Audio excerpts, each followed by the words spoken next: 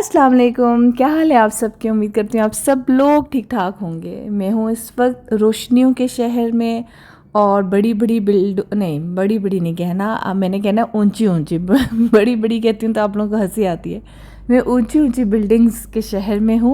काफ़ी कुछ मशहूर है इस शहर के लिए कि इसमें रोशनियों वाला शहर होता है, ऊंची ऊंची बिल्डिंग्स होती हैं, बहुत ज़्यादा रश होता है, बहुत ज़्यादा जॉब्स यहाँ को लोगों को मिलती हैं। लोग जो हैं वो बड़े खुश दिल होते हैं, खुले दिल के होते हैं।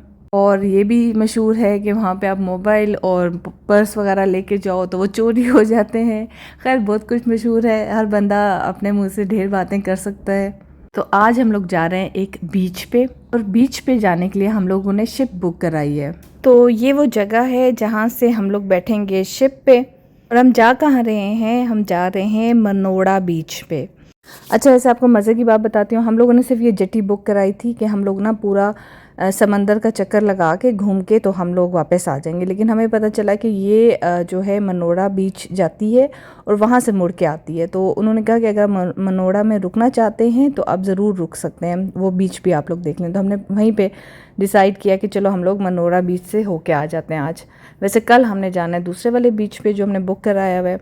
ये सारे के स्टाइल्स आप चेक करें, बीच के लिए स्पेशल तैयार हुई है कि अपनी हैट लेके आई थी कि मैं बीच पे ऐसे रेडी होके जाऊंगी। ये टीवी देखते हैं ना बच्चे, तो आजकल के बच्चे बड़े तेज़ हैं, उन्हें पता होता है कि हमने कहाँ पे कैसी ड्रेसिंग करके जाना है। बताने की तो ज़रूरत ही नहीं पेश आती लड़कियों को लड़के जो है ना फिर सादे होते हैं, उन्हें नहीं पता चलता। तो यहाँ पे काफ़ी शिप्स खड़ी थी, बड़ी बड़ी छोटी छोटी हर साइज़ की शिप्स थी। और हम लोगों के लिए पहला एक्सपीरियंस नहीं, हमारे लिए पहला नहीं है, हम लोग बाहर थाईलैंड में पहले देख चुके हैं सब कुछ, लेकिन ये है कि सारा के लिए ये नया एक्सपीरियंस था और वो बहुत ज़्यादा खुश हुई थी। अच्छा, मुझे काफ़ी लोग कह रहे हैं आप स्मार्ट हो गए। मैं ऐसे स्मार्ट कोई नहीं हुई। कुछ ड्रेसेस में मैं स्मार्ट लगती हूँ, कुछ ड्रेसेस में मोटा लगती हूँ, ऐसा ही कुछ चल रहा है। तो मैं वैसी ही हूँ जैसी थी। अच्छा, ये देखें शिप, इसको देख के मैं कहती तो टाइटैनिक वाली शिप लग रही है, इतनी बड़ी शिप है। मुझे वैसे बहुत डर लगता है, अगर आप कहें ना कि शिप में सफ़र करना है, कुछ डेज़ के लिए रहना है, तो मैं फिर नहीं जाऊँगी, कभी भी नहीं रह सकूँगी। थोड़ा फोर्ट का एरिया है ये। यहाँ पर कहा जाता है कि मोहम्मद बिन कासिम जो है ना वो फ़र्स्ट टाइम यहाँ पर आए थे, और जो बड़े सग़ीर पाको हिंद में जो इस्लाम दाखिल हुआ था वो इस रास्ते हुआ था। तो मोहम्मद बिन कासिम की फ़ौजें जो है ना वो इधर यहाँ पर मनोड़ा फोर्ट को जो है फतह किया था पहले। फिर यहाँ से हम लोग शिप से उतर गए थे और यहाँ से बाय वॉक हमने जाना था मनोड़ा बीच। करीब ही था, 5 मिनट की वॉक थी। और सारा का तो ये होता है ना, बस 2 मिनट चल के बाबा मुझे उठाने में थक गई हूँ, और बाबा फ़ौरन रेडी हो जाते हैं उसको उठाने के लिए। बाबा को बोला भी है कि बस करें, ना उठाया करें, उसको चलने दिया करें, आपको देख के इसको नखरे आ जाते हैं। लेकिन जो बाबा है ना, कहते हैं मेरी प्यारी बेटी है, कोई बात नहीं। तो यहाँ पे जो हम मनोड़ा बीच के बाहर ना बड़ा फ्रेश अमरूद थे और गन्ने भी थे। हमने उनसे फ्रूट लिया, गन्ने भी और फ्रूट भी। बस ये था कि अमरूद वो काटते हैं ना, तो पता नहीं कैसे हाथों से काटते हैं, हाथ साफ़ नहीं होते। तो फिर मैंने कहा आप मुझे अमरूद दे दें, मैं ख़ुद काट के लेके जाऊँगी। उसमें हमने अच्छा सा काला नमक डाला, फ्रूट को काटा, और बड़े ही मीठे और मज़े के अमरूद थे उसके पास। तो ये था मनोड़ा बीच। काफ़ी प्यारी जगह थी, काफ़ी ज़्यादा लोग आए हुए थे। सारा की एक्साइटमेंट आप चेक कर सकते हैं। उसने आते साथ टॉयज़ ले लिए जो जिनसे खेलते हैं बीच पे, वो वाले। और बड़ी खुश हुई वो ना बीच को देख के। वो उसको, अच्छा पता है क्या, बहुत अरसे से वो मुझे कहती कि मैंने बीच पे जाना, बीच पे जाना। उसको बहुत ज़्यादा शौक़ था, और एक किस्म का इसका जो ड्रीम है ना वो पूरा हुआ था कराची में आके। अच्छा, मेजॉरिटी लोगों ने मुझे कहा कि आप जैसे व्लॉग्स बनाती हैं ना, बस हमें वही पसंद है। तो मुझे बड़ी खुशी हुई कि ये जो डबिंग है आपको मेरी यही पसंद आती है, क्योंकि मुझे यही कंफर्टेबल में इसी में फ़ील करती हूँ, मेरे लिए इसी यही ईजी होता है, दूसरा मुझे मुश्किल लगता है। तो अब मैं ऐसे ही व्लॉग बनाऊंगी। बेशक मुझे कम लोग देख रहे हैं, आज कम देख रहे हैं, कल कम देखेंगे, लेकिन ज़रूरी नहीं कि परसों भी कम देखें। आपको एक बात बताऊं, जो बैम्बू ट्री होता है ना, बैम्बू ट्री, उसको बांस भी कहते हैं। वो जो दरख्त होता है ना, वो सबसे लंबा दरख्त होता है। मतलब उससे कहते हैं कि सबसे लंबा दरख्त, जैसा कोई लंबा हो तो मैं इसको कहते हैं ना कि तुम बांस की तरह लंबे हो गए हो, इस तरह से अक्सर मुहावरा लोग बोलते हैं। तो इस दरख्त को आप जब बीज बोते हैं तो उसके 5 साल तक आप उसमें पानी डालते रहते हैं, और लगातार रोज़ आपने उसमें पानी डालना होता है। और आप यकीन करें वो 5 सालों में निकलता ही नहीं है, ज़मीन से ही नहीं निकलता। और 5 सालों के बाद 9 हफ्ते में वो दरख्त निकलता है और कहाँ से कहाँ पहुँच जाता है।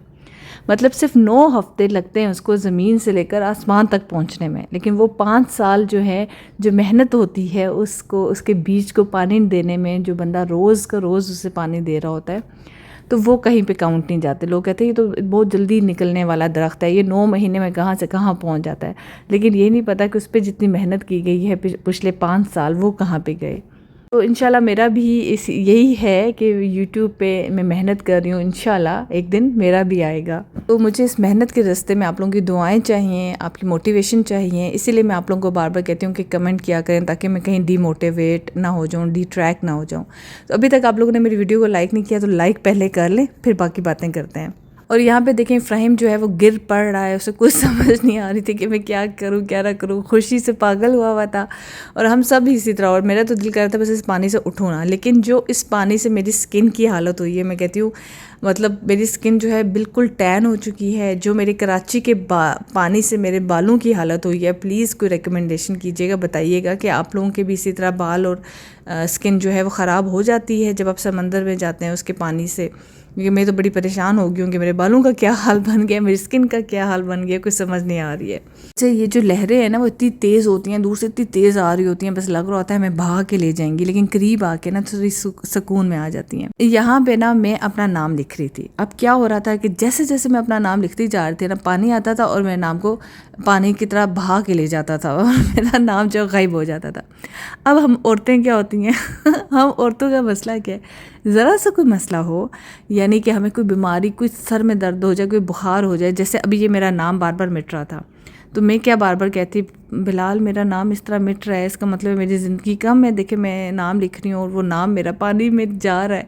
तो बिलाल कहता है ज़रा सा कोई मसला हो तुम औरतों का, तुम लोग फ़ौरन जो है मरने मारने पे पहुँच जाते हो। सीरियसली इसी तरह मेरे साथ हो रहा था कि इतनी मेहनत के बाद आखिरकार मेरा नाम लिखा गया था, और वो भी जो है ना थोड़ी देर के बाद पानी बहा के ले गया, और मुझे ऐसे ही लग रहा था कि बस इसी तरीके से मेरा भी नाम जो है वो चला जाएगा और मैं ख़त्म हो जाऊँगी।